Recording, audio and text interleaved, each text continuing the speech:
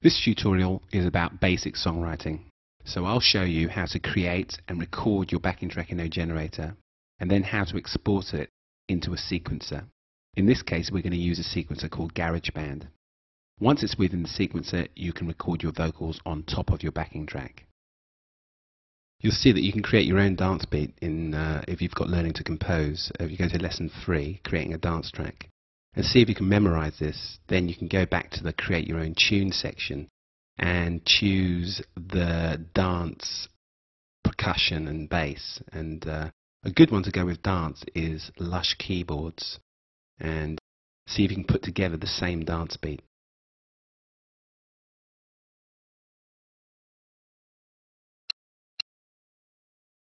Key to remember a typical dance rhythm is putting the bass drum on 4 beats to the bar, and then putting your open hi-hat right in between the beat. It's just a very typical house rhythm.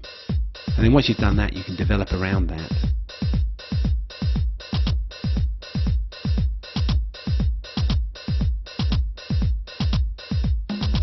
And the key is really to make sure that you put the snare drum on beats 2 and 4, which is pads 5 and 13. And you've got yourself a groove. Now I'm going to put in the Lush keyboard. I'm just going to put it on the first beat of the bar. So now what we're going to do is going to copy this bar and copy this music onto bar 2. Turn on bar 2, go to, and then we're going to paste it in. And all you need to do is just change the chord to something else. So we're going to get a 2-bar loop. Listen to this bar. Okay, now let's turn bar 1 back on and listen to the 2-bar loop. So you have your 2-bar loop. After you've done that, you know that any music that you put on top is going to pretty much work. So try and write yourself a bass line. So here's a bass line that I'm going to put together.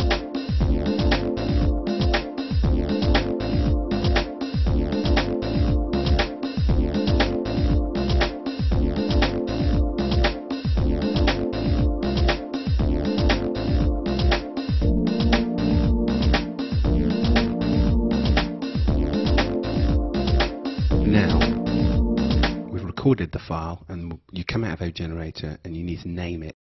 Now, it's become an audio file, so this audio file is going to allow you to put it into another sequencer and be able to put your vocals over the top. So I'm naming the part drums, save it. It won't take very long to do because it's only 2 bars, so there you go, done. So now what I'm going to do is I'm going to come out of GarageBand and get my sequencer. Before I come out, one of the most important things is to make sure that I know what the tempo is. It's 120. So when I go to my sequencer, I'm going to make sure that the tempo is 120. So come out of GarageBand into GarageBand. This is a sequencer that I'm using. I'm going to create the file, and I'm going to call it leaving.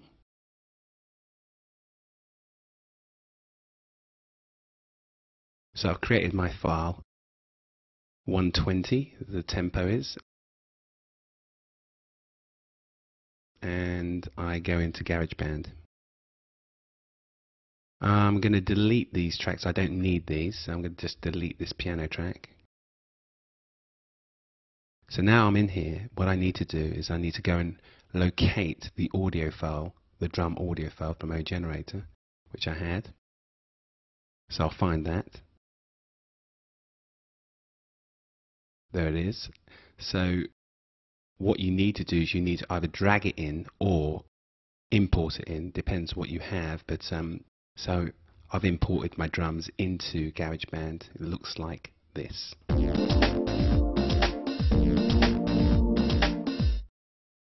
So now I'm going to copy this bar, copy it, and I'm just going to copy it over a number of bars. So here we go. I'm just pasting it in.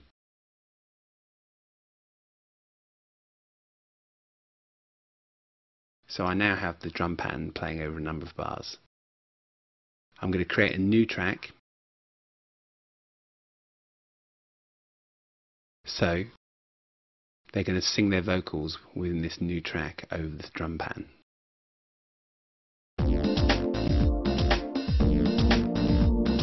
School is boring. Our teacher is leaving. School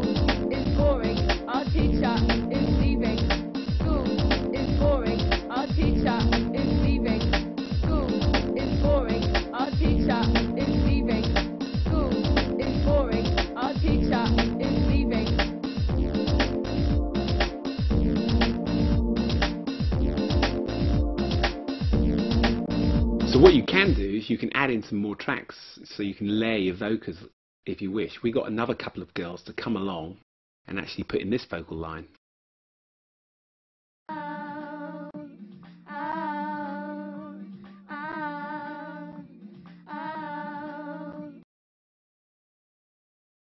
We've completed the track now, so it's about arrangement now. What I did is I added a bit of vocal reverb, I added in a bit of percussion, and I even cut up some words. This is what it looks like in its entirety, and this is what it sounds like.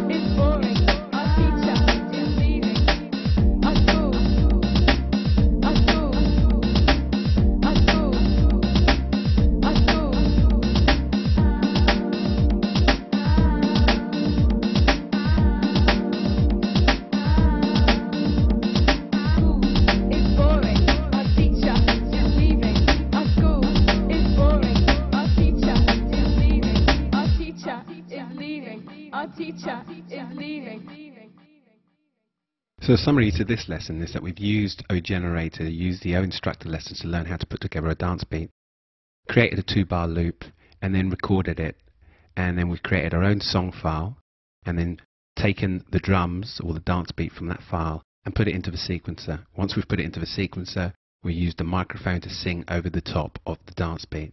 And then after that, we've actually gone back to OGenerator and created new parts. You'll see that there's a tutorial that shows you how to create parts within OGenerator and export it into your sequencer.